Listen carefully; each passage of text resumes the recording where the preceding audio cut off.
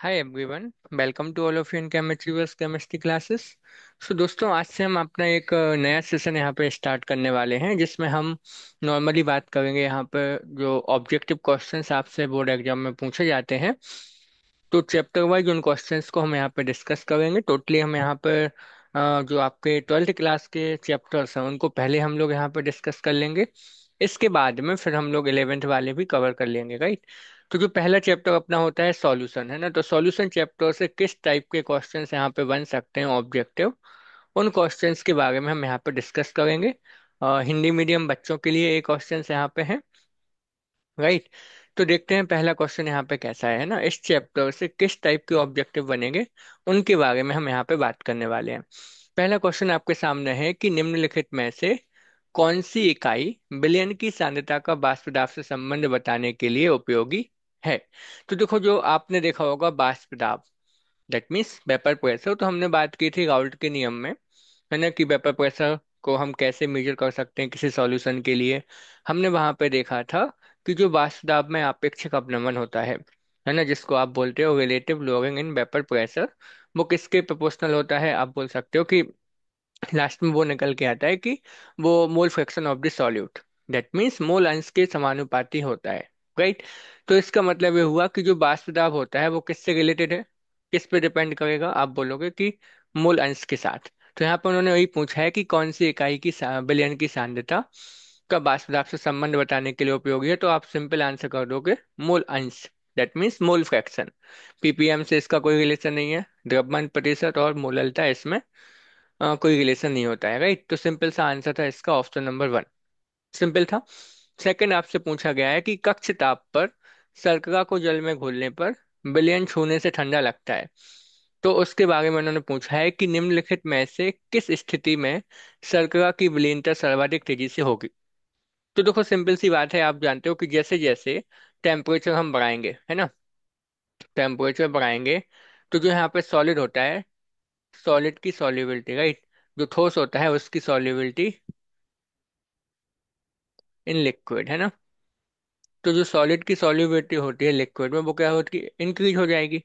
यहाँ पे एक चीज ध्यान रखना कि यदि हम टेम्परेचर इंक्रीज करते हैं और गैस की हम बात करें, गैस इन लिक्विड, गैस की सॉल्युबिलिटी इन लिक्विड में बात करें तो वो डिक्रीज होगी। लेकिन यहाँ पे हम सॉलिड की बात कर रहे हैं, क्योंकि जो शुगर होती है, शर्करा होती है, वो कैसी होती है, सॉलिड होती है। और लिक्विड आपका कहोगे जल यहाँ पर। तो ऑप्शन पहला दिया है कि ठंडे जल में शर्करा की क्रिस्टल, गर्म जल में शर्करा की क्रिस्टल, ठंडे जल में पाउडर, शर्करा का पाउडर, शुगर का पाउडर, और गर्म जल में शुगर का पाउडर। तो किसमें इसकी जो सॉल्युबिलिटी है वो ज्यादा होगी, सिंपल से हम बोलेंगे जो हॉट वाटर होगा उसमें शुगर पाउडर ज्यादा आसानी से घुलेगा कंपेयर टू क्रिस्टल, है ना। तो ऑप्शन फोर आप इसका मार्क कर सकते थे सिंपली। देन देखो, एक सिंपल बहुत ही कॉन्सेप्चुअल क्वेश्चन उन्होंने यहाँ पे दिया है कि साम्यावस्था पर बाष्पशील द्रव विलायक में ठोस विलेय के घुलने की दर, है ना। देखो, विलायक अपना कैसा है, बाष्पशील है ना, वाष्पशील विलायक में ठोस विलेय के घुलने की दर। देखो, पहली चीज यहाँ पे आपको नोट करना है कि बात की गई है साम्यावस्था, दैट मीन्स इक्विलिब्रियम। तो आपको पता है कि जब सॉलिड और लिक्विड आपस में इक्विलिब्रियम में होंगे, और सॉरी यहाँ, राइट, यदि सॉलिड और लिक्विड यहाँ पे जब आपके कैसे होंगे, इक्विलिब्रियम में होंगे, तो आपको पता है कि जो यहाँ पे दोनों रेट होती है ना, सो जो ठोस आपका होता है उसके घुलने की दर और जो लिक्विड है उसका वापस सॉलिड में बदलने की जो दर होगी वो कैसी होंगी, सेम होंगी, है ना। डेट मीन देखो, सॉलिड से लिक्विड आपका क्या कहलाता है यहाँ पे, आप बोल सकते हो सिंपल सा सॉल्वेशन, है ना। और जो लिक्विड से सॉलिड बनेगा उसको आप बोल सकते हो क्रिस्टलाइजेशन, दैट मीन्स क्रिस्टलीकरण। तो नाम में उन्होंने पूछा है कि साम्यावस्था पर बाष्पशील द्रव विलायक में ठोस विलेय की घुलने की दर क्रिस्टलीकरण की दर से कम होती है, क्रिस्टलीकरण की दर से अधिक होती है, या क्रिस्टलीकरण की दर के बराबर होती है, या शून्य होती है। तो देखो, इक्विलिब्रियम की बात है तो आप सिंपल से मार्क कर दोगे कि एक इसके बराबर होगी, क्रिस्टलीकरण के बराबर होती है। सिंपल था, तीनों ऑब्जेक्टिव क्वेश्चन सिंपल हैं। आई होप आपको ये सारी चीजें क्लियर होंगे, राइट। तो ऐसे क्वेश्चन इस चैप्टर से बन सकते हैं आपके बोर्ड एग्जाम के लिए, स्टेट बोर्ड एग्जाम के लिए, राइट। आगे चलते हैं, अगले क्वेश्चंस की यहाँ पे बात करते हैं, राइट। यहाँ पे हम नेक्स्ट क्वेश्चन की बात करते हैं। तो बात आती है यहाँ पे किसकी, अपने और यहाँ पर सॉरी ये गए, देखो ये भी अच्छे अच्छे क्वेश्चन है, सिंपल से कॉन्सेप्चुअल है। देखो पहला क्वेश्चन है कि क्वथनांक उन्नयन स्थिरांक की इकाई है। देखो जो क्वथनांक में उन्नयन होता है, आपको पता है डेल्टा टीवी बराबर किसके होता था, आई के वी इंटू एम, है ना, एलिवेशन इन बॉइलिंग पॉइंट, है ना, जिसको इंग्लिश में हम बोलते हैं। तो यहाँ पे उन्होंने पूछी है क्वथनांक उन्नयन स्थिरांक, दैट मीन्स केवी की यूनिट पूछी है। तो केवी का यहाँ से एक्सप्रेशन क्या बनेगा आपका, डेल्टा टीवी अपॉन में आई जो कि वांट ऑफ फैक्टर है, और एम मोलिलिटी है, मोललता है। तो इसकी क्या यूनिट आ जाएगी, सिंपल से आप बोल सकते हो, देखो टीवी की यूनिट हो जाएगी केल्विन, टेम्परेचर है, और आई तो यूनिट लेस होता है, एम मोललता, आपको पता है क्या होती है, मोल पर केजी। तो इसकी यूनिट क्या निकल के आ जाएगी, आप बोलोगे केल्विन किलोग्राम प्रति मोल, है ना। तो आप बोल सकते हो केल्विन किलोग्राम प्रति मोल। ऐसा ऑप्शन है क्या, बिल्कुल, देखो आपके सामने ऑप्शन नंबर जो वन है वो सेम है, तो ऑप्शन वन इसका करेक्ट हो जाता। सिंपल था, केल्विन किलोग्राम प्रति मोल इसकी क्या हो जाएगी, यूनिट हो जाएगी आपकी, सिंपल सी, राइट। इसके बाद आप देखोगे सिंपल सा यहाँ पे पूछा गया है कि 0.01 मोलर ग्लूकोज बिलियन की तुलना में 0.01 मोलर MgCl2 बिलियन की हिमांक में अवनमन होगा। देखो हिमांक में जो अवनमन होता है वो होता है डेल्टा TF इक्वल आई के एफ इंटू एम। अब देखो यहाँ पे आप जब देखोगे तो दोनों में यहाँ पे ग्लूकोज का जो बिलियन दिया है वो 0.01 मोलर, और जो MgCl2 का बिलियन दिया है वो भी 0.01 मोलर। डेट मीन्स दोनों की मोललता जो है वो क्या है, सेम है। तो आपको पता है कि इस एक्सप्रेशन से यदि हम देखेंगे, जब मोललता सेम है, के एफ यहाँ पे कांस्टेंट रहेगा, तो किस पर डिपेंड करेगा हिमांक में अवनमन, आई की वैल्यू पर। आई क्या है, वांट ऑफ फैक्टर। तो आई आप यहाँ पे निकालोगे, देखो ग्लूकोज की यदि हम बात करें तो ग्लूकोज क्या है, नॉन इलेक्ट्रोलाइट होता है, तो इसके लिए आई की वैल्यू क्या हो जाएगी, वन। ठीक। लेकिन MgCl2 की यदि हम बात करें तो जब आप इसको देखोगे तो आई की वैल्यू आएगी कैसे, हमने आपको बताया था कि जब भी कोई आयनिक स्पीसीज होती है, सॉल्ट होता है, तो उसको हम ब्रेक कर लेंगे, और जितने आयनों में वो ब्रेक होगा वो उसकी आई की वैल्यू हो जाएगी। तो आप देखोगे Mg2+1 आयन, और Cl- कितने, दो, तो दो Cl-, तो टोटल कितने आयन हो गए, थ्री। तो इसके लिए आई की वैल्यू हो जाएगी आपकी थ्री। तो किसके लिए ज्यादा होगा, हिमांक में अवनमन जिसके लिए आई की वैल्यू ज्यादा, दैट मीन्स आपका MgCl2 के लिए। बट ऑप्शन में इन्होंने लिखा है कि ग्लूकोज का जो सॉल्यूशन है और MgCl2 का सॉल्यूशन है, दोनों में कंपेयर करना है। तो आप देखोगे समान तो है नहीं, दुगना भी नहीं है, कितना है, तीन गुना हो जाएगा। तो लगभग तीन गुना, ऑप्शन थर्ड आपका सही हो जाता है, राइट। सिंपल था। लास्ट जो आपके पास यहाँ पे अगला क्वेश्चन है ना, यहाँ पे बात की गई है कि अचार बनाने के लिए कच्चे आम को नमक के सांद्र विलयन में, राइट, रखने पर वह सिकुड़ जाता है। रीजन आपसे पूछा है कि ऐसा क्यों होता है, राइट। तो ऐसा किस वजह से होता है वो आपको यहाँ पर सिंपल सा आंसर करना है। उन्होंने बोला है परासरण के कारण यह जल ग्रहण करता है। देखो सिकुड़ जाता है, डेट मीन्स उसमें से पानी क्या होगा, बाहर निकल गया होगा, तो ऑब्वियसली वो ग्रहण तो करेगा नहीं, तो ऑप्शन वन तो होगा नहीं, है ना। ये आप थोड़ा सा कॉमन सेंस लगा के डेफिनेशन डेफिनेशन से आप अपना यहाँ पे यूज करके हम आंसर नॉर्मली यहाँ पे कर सकते हैं, राइट। तो पहला ऑप्शन तो यहाँ पे आपका होगा नहीं। सेकंड देखो प्रतिलोम, तो देखो रिवर्स ऑस्मोसिस तो यहाँ पे होती नहीं है, प्रतिलोम परासरण तो होगा नहीं, है ना। तो आपके पास फिर ऑप्शन कौन सा बचता है, फोर्थ, परासरण के द्वारा यह जेल को क्या करता है, खो देता है, राइट। ऑस्मोसिस आई होप आप सबको पता होगा कि परासरण होता क्या है, परासरण ग्राफ क्या होता है। तो यहाँ पे क्या होता है इस केस में कि ऑस्मोसिस प्रोसेस के थ्रू जो अचार वो होता है, जो आम होते हैं, जैसे हम उसमें नमक के सॉल्यूशन में उसको रखेंगे, तो अचार में से पानी क्या होता है, बाहर निकल जाता है, इसलिए वो क्या होता है, सिकुड़ जाता है। तो ऑप्शन यहाँ पे आपको मार्क करना था फोर्थ। सिंपल क्वेश्चन थे, आई होप कि क्लियर होंगे। अगले क्वेश्चन की तरफ हम लोग चलते हैं, है ना। यहाँ पे बात करते हैं क्वेश्चन नंबर 13 से, राइट। देखो यहाँ पे क्वेश्चन दिया गया है कि सिंपल सा दिए गए ताप पर एक सांद्र विलयन के परासरण दाब की तुलना में तनु विलयन का परासरण दाब उच्च होता है। देखो टेम्परेचर क्या है, कांस्टेंट है ना, फिक्स है। तो जो कंसंट्रेटेड विलयन होगा और जो डाइल्यूट और सॉल्यूशंस आपके पास हैं उनमें से किसका जो परासरण दाब है वो ज्यादा होगा। ध्यान रखना किसका होगा, तनु विलयन का परासरण दाब क्या होता है, उच्च होता है compare to concentrated solution, right. तो ऑप्शन नंबर यहाँ पे क्या हो जाएगा, वन करेक्ट, राइट। इसके बाद देखो जो 14 नंबर का क्वेश्चन है, इसमें पूछा है कि कौन सा कथन क्या है, रॉन्ग है। इसको पढ़ते हैं, यहाँ पे लिखा है कि दो भिन्न विलायकों में बनाए गए समान मोललता के दो सुक्रोज विलयनों के हिमांक में अवनमन समान होंगे क्या, है ना। ये बिल्कुल भी सही नहीं है। नहीं होंगे ना समान, क्योंकि यहाँ पे जो आपके सॉल्वेंट हैं, जो विलायक हैं, वो अलग अलग हैं। तो हिमांक में अवनमन समान नहीं होगा, तो एक जो आपका ऑप्शन वन हो जाएगा यही सही होगा, क्योंकि ये स्टेटमेंट गलत है। बाकी भी देखते हैं। यहाँ पे दिया है कि बिलियन के परसेंट आपको पाई बराबर CRT द्वारा दर्शाया जाता है, ये तो सही था। बिल्कुल सही फॉर्मूला आएगा, जहाँ पे सी क्या है, कंसंट्रेशन या मोलर था। फिर उन्होंने बोला कि 0.01 molar barium chloride, that means BaCl2, है ना। फिर potassium chloride, that means KCl, acetic acid, that means CH3COOH, right. और इसके बाद उन्होंने बोला है सुक्रोज, दैट मीन्स आपका C12H22O11। अब सुक्रोज तो नॉन इलेक्ट्रोलाइट में आ जाता है, राइट। तो इसके लिए उन्होंने बोला है कि जलीय विलयन के प्रसंग दाब का घटता हुआ क्रम। अब आप देखो, प्रसंग दाब पाई बराबर क्या होता है, ICRT। तो कंसंट्रेशन सेम है, आर कांस्टेंट है, टेम्परेचर कांस्टेंट, तो डिपेंड किस पे करेगा फिर, आई के ऊपर।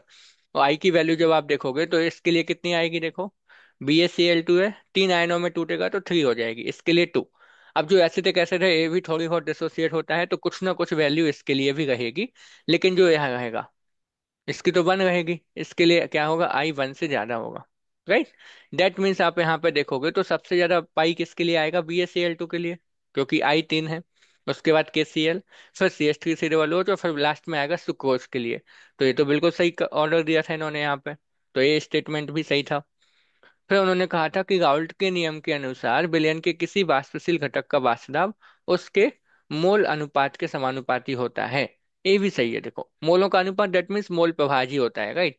तो ये भी सही था। तो ऑप्शन नंबर आपका कौन सा यहाँ पे गलत हो जाता है, ऑप्शन नंबर 1 करेक्ट यहाँ पे हो जाता है, क्योंकि उन्होंने रॉन्ग ऑप्शन आपसे पूछा था, राइट।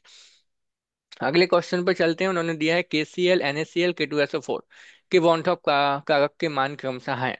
निकाल लेते हैं, है ना, यहीं पे निकाल लेते हैं। देखो KCl के लिए आई की वैल्यू कितनी हो जाएगी, आप बोलोगे 2, क्योंकि K प्लस और Cl माइनस में टूटेगा। NaCl के लिए कितनी हो जाएगी आई की वैल्यू, वो भी 2। अब K2SO4 के लिए आप देख लो, इसको देखो हम करके दिखा देते हैं। आपको सिंपल तोड़ देना है कैटायन और एनायन में, और जितने आयन बनेंगे वो आई का मान हो जाएगा। कितने आयन बने, देखो 2 कैटायन 1 एनायन, टोटल 3 हो जाएंगे। तो आई की वैल्यू हो जाएगी 2,2 और 3। इस ऑप्शन में तो 2 2 2 दिए था, रॉन्ग हो जाता। आगे चलते हैं, है ना। अगले ऑप्शन को देखते हैं। देखो ये रहा, आगे के ऑप्शंस आपके पास ये रहे, है ना। इसमें देखोगे 2 2 और 3 बिल्कुल सही था, है ना, यही आया था। बाकी नहीं होंगे आपके। सिंपल क्वेश्चन था ये तो। फिर पूछा था कि कौन सा कथन गलत है, मतलब रॉन्ग ऑप्शन यहाँ पे आपको बताना है, रॉन्ग स्टेटमेंट पता करना है। वायुमंडलीय दाब एंड परासन दाब की इकाइयां समान होती हैं, देखो दोनों दाब हैं, तो ये तो बिल्कुल सही था आपका। फिर प्रतिलोम परासरण में विलायक के अणु अर्धपारगम झिल्ली से निकलकर विलेय की कम सांद्रता वाले क्षेत्र से उच्च सांद्रता वाले क्षेत्र की ओर गमन करते हैं। देखो इन्होंने रिवर्स ऑस्मोसिस की बात की, आपको हम बता रहे हैं यहाँ पर सिंपल सा। देखो ऑस्मोसिस में होता क्या है, हम यहाँ पे दो सॉल्यूशंस लेते हैं यहाँ पे, है ना। एक साइड आपका होता है, ऐसे हम ले लें, जैसे यहाँ पे आपने ले लिया सॉल्वेंट, प्योर सॉल्वेंट, और यहाँ पे ले लिया सॉल्यूशन। तो ऑस्मोसिस में होता क्या था कि सॉल्वेंट के पार्टिकल इस अर्ध पारगम्य झिल्ली, जिसको आप सेमी परमेबल मेम्ब्रेन भी बोलते हैं इंग्लिश में, क्या होता है कि सॉल्वेंट के पार्टिकल सॉल्यूशन की तरफ जाते हैं, वो ऑस्मोसिस है ना। और जो रिवर्स ऑस्मोसिस होता है उसमें क्या होता है कि जो सॉल्वेंट के पार्टिकल सॉल्यूशन में होंगे वो निकल के आएंगे सॉल्वेंट की तरफ। तो ये क्या है, RO आपका रिवर्स ऑस्मोसिस, और ये होती है ऑस्मोसिस, है ना। तो सिंपल सा डिफरेंस समझ में आया कि जब सॉल्वेंट के पार्टिकल सॉल्वेंट की तरफ से सॉल्यूशन की तरफ जाएं तो वो ऑस्मोसिस है, और जब सॉल्यूशन साइड से आ जाए सॉल्वेंट की तरफ तो वो आपका होता है रिवर्स ऑस्मोसिस। तो इन्होंने कहा है प्रतिलोम परासरण में विलायक के अणु अर्ध पारगम्य झिल्ली से निकलकर, ठीक, विलेय की कम सांद्रता वाले क्षेत्र से। देखो कम सांद्रता विलेय की कहाँ पे है, यहाँ देखो, जहाँ पे हमने प्योर सॉल्वेंट लिया है वहां पे तो सॉल्यूट बिल्कुल कम है, यहाँ पे सॉल्यूट क्या है, कम है। और इस तरफ सॉल्यूट क्या होगा, ज्यादा, तभी तो सॉल्यूशन बना। इन्होंने कहा कम सांद्रता वाले क्षेत्र से उच्च सांद्रता की तरफ जाते हैं, क्या, रॉन्ग है। क्योंकि कम से उच्च की तरफ जाएंगे तो वो तो ऑस्मोसिस है, इसका अपोजिट होती है रिवर्स ऑस्मोसिस, तो रॉन्ग स्टेटमेंट हो जाता है आपका 2 ही, है ना। तो ऐसे क्वेश्चंस पूछे जा सकते हैं, समझ में आया ना। देखो सॉल्वेंट जहाँ पे है वहां पे सॉल्यूट तो है ही नहीं, और सॉल्यूशन में तो सॉल्यूट और सॉल्वेंट दोनों है। दैट मीन्स कि जो कंसंट्रेशन है सॉल्यूट का, वो क्या है, सॉल्वेंट की तरफ कम है और सॉल्यूशन में थोड़ा ज्यादा। तो रिवर्स ऑस्मोसिस में होता क्या है कि सॉल्यूट के कंपेयर में देखोगे आप, तो ज्यादा कंसंट्रेशन वाली तरफ से कहाँ पर जाता है, लो कंसंट्रेशन सॉल्यूट की तरफ। लेकिन इन्होंने लिखा है इसका अपोजिट, तो ये स्टेटमेंट गलत हो जाएगा। तीसरा कहते हैं कि मोलर अवनमन स्थिरांक का मान ब्लैक की पत्ती पर निर्भर करता है, बिल्कुल करता है ना। अभी देखा था हमने, जब आपकी बात की थी ना कि एक ब्लैक बदलने पर हिमांक में अवनमन चेंज नहीं होगा, स्टेटमेंट देखा था अभी जस्ट पहले। तो वो आपने देखा था है ना, तो डिपेंड करता है ब्लैक की पत्ती पर। वाष्पदाब का अपेक्षित अवनमन एक विमाहीन राशि है, बिल्कुल सही है, अवनमन है। दोनों में क्या होता है, वाष्पदाब का अनुपात ही तो होता है। अवनमन कैसे लिखते हैं आप देखो, P not minus P S upon P not. तो ऊपर भी वाष्पदाब है, नीचे भी, तो विमाहीन हो जाएगा, है ना। तो इसका ऑप्शन सेकंड करेक्ट हो जाता है ना। तो ऐसे क्वेश्चंस आ सकते हैं, तो डेफिनेटली आपको प्रिपेयर करके चलना है। आगे देखोगे, अगले क्वेश्चन की बात करेंगे, हेनरी स्थिरांक के एच का मान इन्होंने पूछा है आपसे। के एच का मान ताप बढ़ाने से बढ़ता है। देखो आपको हमने बताया था कि जो हेनरी का नियम था, पी इक्वल के एच इंटू एक्स। एक्स क्या था, सॉल्युबिलिटी है ना, मोल फ्रैक्शन आप बोल सकते हो गैस का इन लिक्विड। तो यहाँ पर जब बात आएगी के एच की, तो हमने आपको बताया था कि जो के एच की वैल्यू होती है वो डायरेक्टली प्रोपोर्शनल होती है टेम्परेचर के, और इनवर्सली प्रोपोर्शनल हो जाएगी सॉल्युबिलिटी के। तो यहाँ पे देखोगे तो के एच का मान ताप बढ़ाने से बढ़ेगा, बिल्कुल ऑप्शन नंबर ए आपका सही हो जाएगा, है ना। देखो के एच जितना ज्यादा होता है उस गैस की सॉल्युबिलिटी उतनी कम होती है उस लिक्विड में। तो के एच डायरेक्टली प्रोपोर्शनल होता है टेम्परेचर के। फिर से नोट करना, हम ऊपर लिखे देगा K H directly proportional to temperature हो जाएगा। और आप यहाँ पे ध्यान रखना, जो के एच होता है वो इनवर्सली प्रोपोर्शनल होता है सॉल्युबिलिटी के, है ना। जब भी विलेयता की बात की जाए, के एच का मान देख लेना आप, जिसके गैस के लिए के एच का मान ज्यादा होगा उसकी विलेयता कम होती है। तो यहाँ पे ऑप्शन वन आपका करेक्ट हो जाता है, ठीक। आगे चलते हैं अगले क्वेश्चंस की तरफ हम क्विकली, राइट। ये रहे देखो आपके 18 एंड 19 नंबर का क्वेश्चन यहाँ पे है। उन्होंने यहाँ पे पूछा है कि हेनरी स्थिरांक के एच का मान उच्च विलेयता वाली गैसों के लिए अधिक होता है। देखो अभी बताया था हमने आपको, फिर से लिख देते हैं कि के एच जो होता है वो डायरेक्टली प्रोपोर्शनल है टेम्परेचर के, और के एच की जो वैल्यू होती है वो इनवर्सली प्रोपोर्शनल होती है सॉल्युबिलिटी के। ध्यान रखना के एच कांस्टेंट तो है, लेकिन वो हर गैस के लिए उसकी वैल्यू अलग अलग होती है ना। कांस्टेंट समझ के ये नहीं समझना कि सबके लिए सेम ना। Nature of the solute, that means nature of the gas पे डिपेंड करती है के एच की वैल्यू, ठीक। तो K H directly proportional to T, inversely proportional to solubility. तो यहाँ पे बात है उच्च विलेयता वाली गैसों के लिए अधिक होगा के एच का मान, बिल्कुल नहीं, इनवर्सली प्रोपोर्शनल है। निम्न विलेयता वाली गैसों के लिए अधिक होगा, बिल्कुल सही, इनवर्सली प्रोपोर्शनल है ना। सभी गैसों के लिए स्थिर, बिल्कुल नहीं, नेचर पर डिपेंड करता है, गैसों की विलेयता से संबंधित नहीं होता है, ये तो बिल्कुल भी नहीं हो सकता है, राइट। तो ऑप्शन सेकंड करेक्ट हो जाता। ये बहुत ही सिंपल क्वेश्चन है, देखने से लगेगा 19 नंबर का कि टफ है, एक बार पढ़ के देखो। देखो जितने भी क्वेश्चंस हम यहाँ पे आपको ये लेके आए ना ऑब्जेक्टिव, ये इम्पोर्टेंट है एग्जाम पॉइंट ऑफ व्यू से। इसी तरीके के ऑब्जेक्ट बन सकते हैं, और आपको डायरेक्ट एक बार खुद से करना है, उसके बाद आपको सॉल्यूशन देखना है इनका, हाँ। तो इसमें कहा है कि चित्र 2.1 को देख के ये दिया है आपके लिए, सही विकल्प आपको चुनना है। तो यहाँ पे बोला है कि देखो, पिस्टन ए यहाँ पे दिया है जिसमें है प्योर वाटर, दैट मीन्स आपका ओनली सॉल्वेंट है, ठीक है। ए सेमी परमेबल मेम्ब्रेन यहाँ पे लगा रखी है, एसपीएम लिखा है, ए इतनी एस है, सेमी परमेबल मेम्ब्रेन, हाँ। और पिस्टन बी की तरफ लिखा है सोडियम क्लोराइड का जल में सांद्र विलयन, दैट मीन्स ये सॉल्यूशन है, ठीक है। तो यदि पिस्टन बी पर परासवन दाब से कम दाब लगाया जाए, ठीक है, तो जल भाग ए से बी की ओर जाएगा, जो जल है वो ए से बी की ओर। देखो आप बोल सकते हो कि ये प्रोसेस परासवन दाब ऑस्मोसिस होती रहेगी, ठीक। फिर उन्होंने कहा लेकिन देखो, जब आपने दाब लगाया है इस तरफ, तो जरूरी नहीं है कि ये प्रोसेस चलती रहे, है ना। यहाँ देखो सेकंड में कहते हैं कि पिस्टन बी पर परासवन दाब से अधिक दाब लगाया जाए तो जल भाग बी से एक ही हो जाएगा। ये तो बिल्कुल सही है आपका ऑप्शन सेकंड, क्योंकि ये रिवर्स ऑस्मोसिस हो गया। यदि पिस्टन बी की तरफ आप प्रेशर ज्यादा लगाओगे, और प्रेशर का मान क्या है, पाई से ज्यादा है ना। ऑस्मोसिस प्रेशर से ज्यादा जब हम प्रेशर लगाते हैं तभी तो रिवर्स ऑस्मोसिस होती है। रिवर्स ऑस्मोसिस मतलब सॉल्यूशन में से सॉल्वेंट के पार्टिकल निकल के प्योर सॉल्वेंट की तरफ जाएंगे। तो ऑप्शन भी सही हो जाता है ना। ऑस्मोसिस प्रेशर से अधिक लगाएंगे हम, तो रिवर्स ऑस्मोसिस हो जाएगी, है ना। दैट मीन्स जेल निकल के आपका जाएगा प्योर सॉल्वेंट की तरफ, तो ऑप्शन सेकंड सही हो जाता। पिस्टन बी पर प्रेशर आपके बराबर लगाया जाए तो बी से एक ही हो जाएगा, बिल्कुल कुछ भी नहीं होगा, जब इक्वल प्रेशर होगा तो कोई प्रोसेस नहीं होगी, है ना। ऑप्शन वन भी नहीं था। लास्ट में लिखा है कि यदि पिस्टन ए पर पर्सन दाब के बराबर दाब लगाया जाए तो जल भाग ए से बी की ओर बिल्कुल नहीं। तो ध्यान रखना, रिवर्स ऑस्मोसिस का ये क्वेश्चन आपके सामने था, राइट। तो इतने क्वेश्चन हमने किए। इससे रिलेटेड जो match of the column, that mean सही जोड़ी, जो आपके एग्जाम में आती हैं, उन क्वेश्चंस को भी हम लेके आएंगे, है ना। ज़्यादा लेंदी वीडियो ना हो जाए इसलिए हम इसको यहीं पे रोकते हैं अभी, और नेक्स्ट सेशन में हम लोग कंटिन्यू करेंगे, राइट। तो इस तरीके से हम हर चैप्टर के ऑब्जेक्टिव जो इम्पोर्टेंट हैं, हिंदी मीडियम के लिए हमें यहाँ पे स्पेशली लेके आए हैं। ये क्वेश्चंस हिंदी में ही हैं इसीलिए, है ना, क्योंकि काफ़ी स्टूडेंट की ये कंप्लेंट रहती थी कि सर हिंदी में ही क्वेश्चन हो तो ज़्यादा बेटर है। तो इसलिए हिंदी मीडियम के बच्चों के लिए ये थोड़ा ज़्यादा हेल्पफुल रहेगा। बट ऐसा नहीं है कि इंग्लिश मीडियम को समझ नहीं आएगा, क्योंकि हमने यहाँ पे इंग्लिश टर्म भी यूज किए हैं, राइट। सो एक बार प्रैक्टिस कर लेनी है, बोर्ड एग्जाम के लिए काफ़ी इंपॉर्टेंट है। और हम कोशिश करेंगे कि आपके बोर्ड एग्जाम से पहले जो 12th क्लास के चैप्टर हैं केमिस्ट्री के, वो सारे के सारे हम यहाँ पे कवर कर लें, राइट। सो आई होप कि सारे क्वेश्चंस क्लियर हुए होंगे।